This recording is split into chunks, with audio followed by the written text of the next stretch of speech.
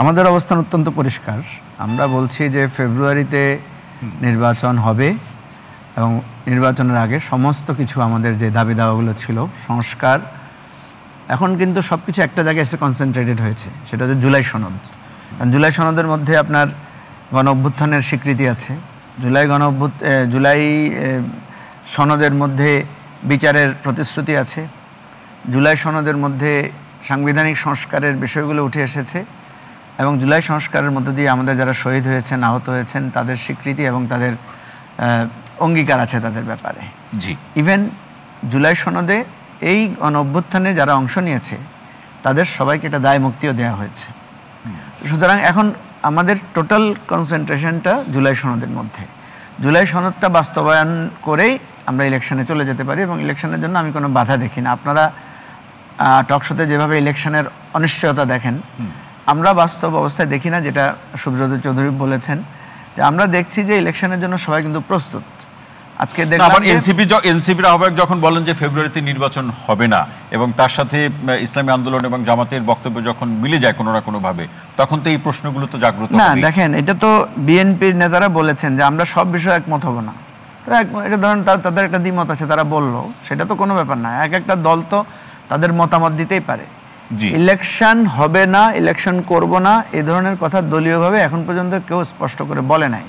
বিচ্ছিন্ন বিক্ষিপ্তভাবে কেউ কেউ হয়তো বলছে, কোন দলের নেতারা নানা ধরনের মতামত দিচ্ছে। দলীয় স্ট্যান্ড থেকে আমরা দেখেছি, যেমন আমি তো দেখেছি এনসিপি বলেছে যে ডিসেম্বরে ইলেকশন হলেও তাদের আপত্তি নাই যদি জুলাই সনদটাকে বাস্তবায়নের আমরা করে ফেলি। তা এখন তুষার ভাই কিছু কথা বলেছেন, নির্বাচনের সাথে যে বিভিন্ন শর্ত যে জুড়ে দেওয়া, তাহলে কি নির্বাচনটা কি ফেব্রুয়ারিতে হওয়া সম্ভব?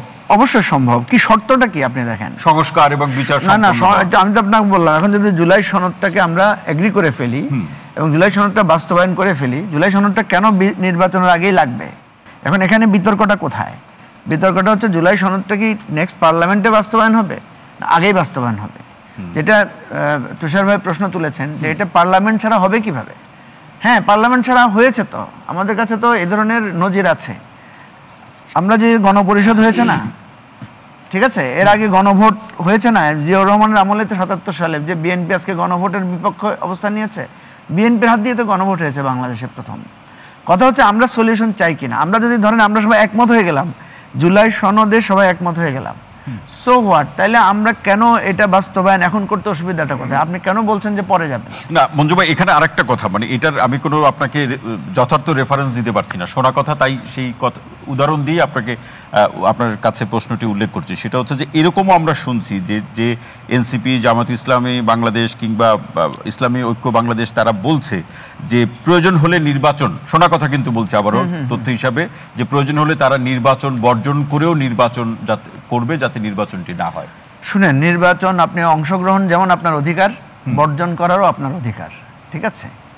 আমরা যখন এই যে পুঁথিগত তত্ত্বগত আলোচনা করি তখন আমরা অনেক সুশীল, খুব সুন্দর করে কথাগুলো বলি, কিন্তু বাস্তবতা কি? বাস্তবতা হচ্ছে আমাদের দেশের নিয়ম হচ্ছে, আমি যদি মনে করি আমি তুষার ভাইয়ের সাথে খেলে পারবো না, উনি বিতার্কিক, ধরেন আমি ওনার সাথে বিতর্কে পারবো না, ওনার সাথে আমি বিতর্ক করবো না, ঠিক আছে? মিনিমাম কম্পিটিশন না থাকলে আমাদের দেশে ইলেকশন তো আসলে ইলেকশন হয় না।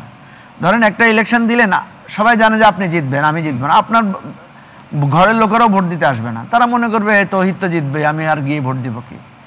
ইলেকশনের এই জন্য আমরা কেন বলি যে নিরপেক্ষ হতে হবে, পার্টিসিপেটরি হতে হবে, অংশগ্রহণ, মানে এই শব্দগুলো আমরা কেন বলি? যে ইলেকশনটা সবসময় হতে হবে এমন যেটা মানুষ স্বতঃস্ফূর্তভাবে অংশগ্রহণ করবে। দেখেন, একটা ইলেকশনের যদি ওই যে একটা ইলেকশন আওয়ামী লীগ করেছে না, যে 153 বা 154টা আসন আগেই নির্বাচিত হয়ে গেছে, তো সেজন্য সেই নির্বাচন নিয়ে তো কারো কোনো আগ্রহ ছিল না। 2024-এ যে ইলেকশন হয়েছে 5% লোক ভোট দিতে যায় না, আওয়ামী লীগের লোকরা ভোট দিতে যায় না। কেন যায় না?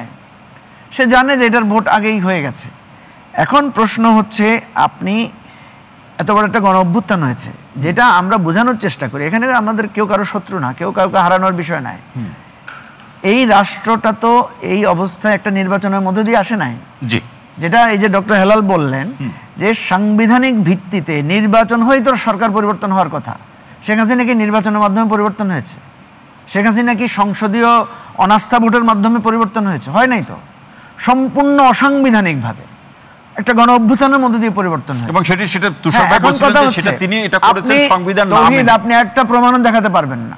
যতবার গণ অভ্যুত্থান হয়েছে ততবার নতুন করে সংবিধান ভায়োলেট করে ইলেকশন হয়েছে।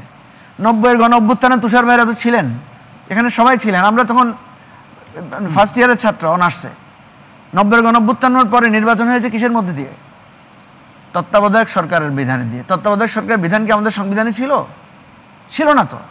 সুতরাং এই কথাগুলো শুধু মানে আমরা যখন কথা বলবো তখন খুব নীতি কথায় বললে তো হবে না। একটা গণ অভ্যুত্থানের মধ্যে দিয়ে হয়েছে এবং গণ অভ্যুত্থানের একটা অভিপ্রায় দীর্ঘ সময়ের সংগ্রামের মধ্যে দিয়ে হয়েছে। এখন আমি আপনি তর্ক করে তো লাভ নাই। ইলেকশন না হলে কি হবে? আপনি প্রশ্ন তুলেছেন, ইলেকশন না হলে বাংলাদেশ অস্তিত্বের সংকটে ভোট